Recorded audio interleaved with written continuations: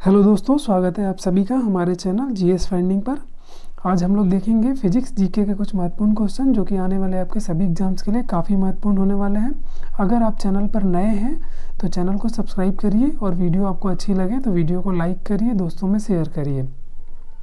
तो चलिए शुरू करते हैं। क्वेश्चन नंबर 1 है, लुढ़कती हुई गेंद कुछ दूर लुढ़कने के बाद स्वयं रुक जाती है। निम्नलिखित में से किस कारण से ऐसा होता है? ऑप्शन है घर्षण बल, गुरुत्वाकर्षण बल, जड़त्व बल और उपयुक्त में से कोई नहीं। तो इस क्वेश्चन का जो सही उत्तर हो जाएगा वो हो जाएगा ऑप्शन नंबर 1, घर्षण बल के कारण वो गेंद जो है वो रुक जाती है कुछ दूर चलने के बाद। अगला क्वेश्चन नंबर 2 है, संगमरमर किसका रूप है? ऑप्शन है सैल का, नेस का, चूना पत्थर का और बलुआ पत्थर का। तो इस क्वेश्चन का जो सही उत्तर हो जाएगा वो हो जाएगा ऑप्शन नंबर सी, चूना पत्थर। संगमरमर जो है लाइमस्टोन से बना होता है। ऑप्शन नंबर सी हमारा सही उत्तर होगा। अगला क्वेश्चन नंबर 3 है, शहरों में तालाब का पानी शुद्ध करने के लिए कौन सी गैस का प्रयोग किया जाता है?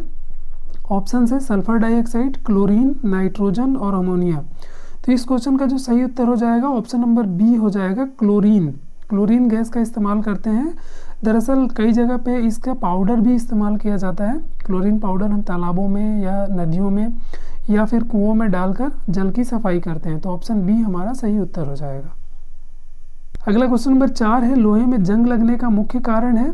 ऑप्शन है ऑक्सीजन, हाइड्रोजन, नाइट्रोजन और नियोन। तो इस क्वेश्चन का जो सही उत्तर हो जाएगा वो हो जाएगा ऑप्शन ए, ऑक्सीजन। ऑक्सीजन के साथ लोहा जो है वो मिलकर ऑक्सीकरण प्रक्रिया करता है, जिस वजह से लोहे में जंग लग जाती है। अगला क्वेश्चन नंबर 5 है, कुपोषण से सबसे अधिक किसकी कमी होती है? ऑप्शन है vitamin A, carbohydrate, vitamin C और प्रोटीन। तो इस क्वेश्चन का जो सही उत्तर हो जाएगा वो हो जाएगा ऑप्शन नंबर डी, प्रोटीन। कुपोषण से हमें प्रोटीन की कमी होती है, इस वजह से बॉडी में कोई बहुत ज़्यादा ग्रोथ नहीं हो पाता। अगला क्वेश्चन नंबर 6 है, रोबोट क्या है? ऑप्शन है एक प्रकार का रॉकेट, एक बम, मनुष्य से मिलता जुलता एक यंत्र जो आदेशानुसार कार्य करता है, या अफ्रीका के जंगल में मिलने वाला एक जानवर। तो इस क्वेश्चन का जो सही उत्तर हो जाएगा वो हो जाएगा ऑप्शन नंबर सी, मनुष्य से मिलता जुलता एक यंत्र जो आदेशानुसार कार्य करता है। अगला क्वेश्चन नंबर 7 है, दो समांतर दर्पणों के बीच प्रतिबिंब बनते हैं, कैसे बनते हैं? ऑप्शन से 2, 4, 8 और अनंत। तो अगर दो समांतर दर्पण आपस में एक साथ रख दिया जाए तो उनमें अनंत तस्वीर बनते हैं। इस क्वेश्चन का सही उत्तर जो हो जाएगा ऑप्शन नंबर डी हो जाएगा हमारा। अगला क्वेश्चन नंबर 8 है, जब कोई जहाज नदी में से समुद्र में प्रवेश करता है तो उसके साथ क्या होता है? ऑप्शन ए है ऊपर उठ जाता है, ऑप्शन बी नीचे धंस जाता है, ऑप्शन सी है उसके स्तर में कोई बदलाव नहीं आता, ऑप्शन डी है उपयुक्त में से सभी। तो इस क्वेश्चन का जो सही उत्तर होगा वो होगा ऑप्शन नंबर ए सही होगा, ऊपर उठ जाता है। इसका कारण ये है कि नदी के पानी के घनत्व में और समुद्र के पानी के घनत्व में अंतर होता है। समुद्र के पानी में नमक मिले होने के कारण समुद्र के पानी का घनत्व जो है वो ज़्यादा होता है, इस वजह से जहाज हमारा ऊपर उठ जाएगा। अगला क्वेश्चन नंबर 9 है, पृथ्वी पर कोई गतिशील पिंड विश्राम की अवस्था में निम्नलिखित कारण से आता है? तो ऑप्शन है जड़त्वीय नियम के कारण, घर्षण बल के कारण, संवेग संरक्षण के कारण और गुरुत्वाकर्षण बल के कारण। तो इस क्वेश्चन का जो सही उत्तर हो जाएगा ऑप्शन नंबर बी हो जाएगा, घर्षण बल के कारण। अगला क्वेश्चन नंबर 10 है, क्या कारण है कि गेंद किसी ऊंचे स्थान पर अधिक उछलती है? ऑप्शन ए है ऊंचे स्थान पर मैदानों की अपेक्षा वायुदाब अधिक होता है, ऑप्शन बी है क्योंकि ऊंचे स्थानों पर वायुमंडल विरल होने के कारण गेंद को कम प्रतिरोध का सामना करना पड़ता है, ऑप्शन सी है क्योंकि ऊंचे स्थानों पर गुरुत्वाकर्षण बल का मान कम होता है, और ऑप्शन डी है क्योंकि ऊंचे स्थानों पर वायुमंडल शुद्ध होता है। तो इस क्वेश्चन का उत्तर जो होगा ऑप्शन नंबर सी हो जाएगा, क्योंकि ऊंचे स्थानों पर गुरुत्वाकर्षण बल का मान कम हो जाता है। जैसे हम पृथ्वी से ऊपर जाते हैं पृथ्वी सतह से, वैसे ही गुरुत्वाकर्षण बल का मान धीरे धीरे कम होता चला जाता है। हम जितनी ज़्यादा ऊंचाई पर जाएंगे गुरुत्वाकर्षण बल का मान जो है उतना ही कम होता जाएगा, और पृथ्वी के भीतर भी अगर हम प्रवेश करते हैं तो भी गुरुत्वाकर्षण बल का मान कम होते जाता है।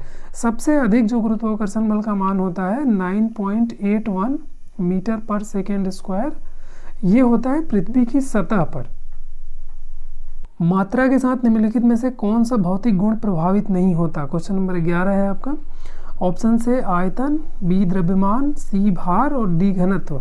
तो इस क्वेश्चन का जो सही उत्तर हो जाएगा वो हो जाएगा ऑप्शन नंबर डी, घनत्व। अगला क्वेश्चन नंबर 12 है, जब सूर्य की रोशनी किसी प्रिज्म से होकर गुजरती है तो बताइए निम्नलिखित में से किस रंग का अपवर्तन सबसे अधिक होता है। ऑप्शन है आपके पास नीला, लाल, नारंगी और हरा। तो इस क्वेश्चन का जो सही उत्तर हो जाएगा वो हो जाएगा ऑप्शन नंबर ए, नीला।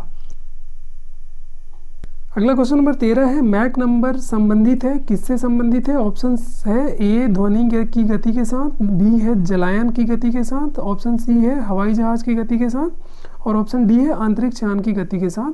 तो इस क्वेश्चन का जो सही उत्तर हो जाएगा ऑप्शन नंबर सी हो जाएगा, हवाई जहाज की गति के साथ। अगला क्वेश्चन नंबर 14 है, जब कोई मनुष्य रोशनी से अंधेरे में घुसता है तो उसे कुछ समय तक कुछ दिखाई नहीं देता, बाद में उसे दिखाई देना आरंभ हो जाता है, क्योंकि।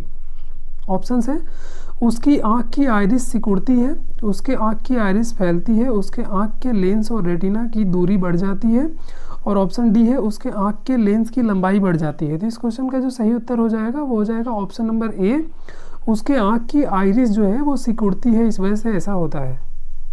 अगला क्वेश्चन नंबर 15 है, बिजली के हीटरों में नाइक्रोम धातु का तत्व उपयोग में लाया जाता है क्योंकि इसकी प्रतिरोधकता अधिक होती है।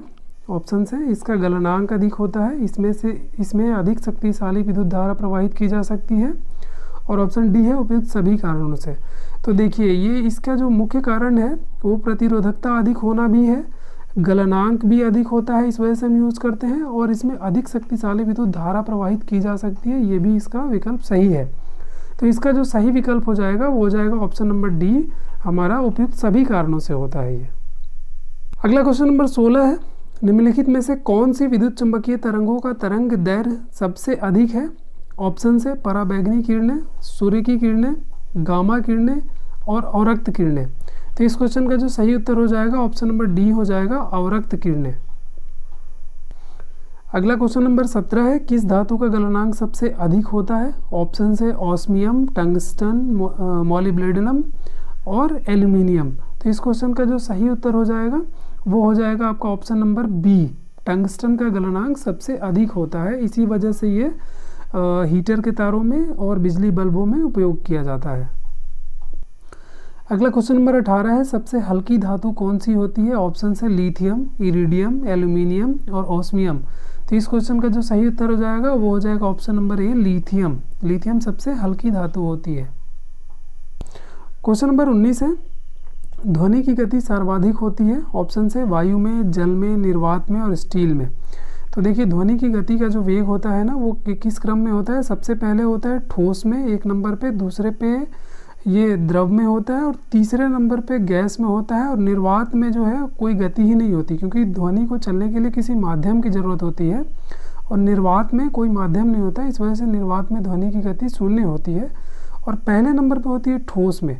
तो यहाँ देखिए स्टील लिखा हुआ है, तो इसका ऑप्शन नंबर डी हमारा सही होगा। सबसे ज़्यादा स्टील में होती है, लगभग 5000 के ऊपर मीटर पर सेकंड स्क्वायर के करीब में होती है ये। अगला क्वेश्चन नंबर 20 है, जब किसी धातु को गर्म किया जाता है तो उसका घनत्व। ऑप्शन है ए बढ़ता है, कोई अंतर नहीं होता, सी कम हो जाता है, और डी उपयुक्त में से कोई नहीं। तो इस क्वेश्चन का जो सही उत्तर है वो हो जाएगा ऑप्शन नंबर हमारा सी, है ना, कम हो जाता है।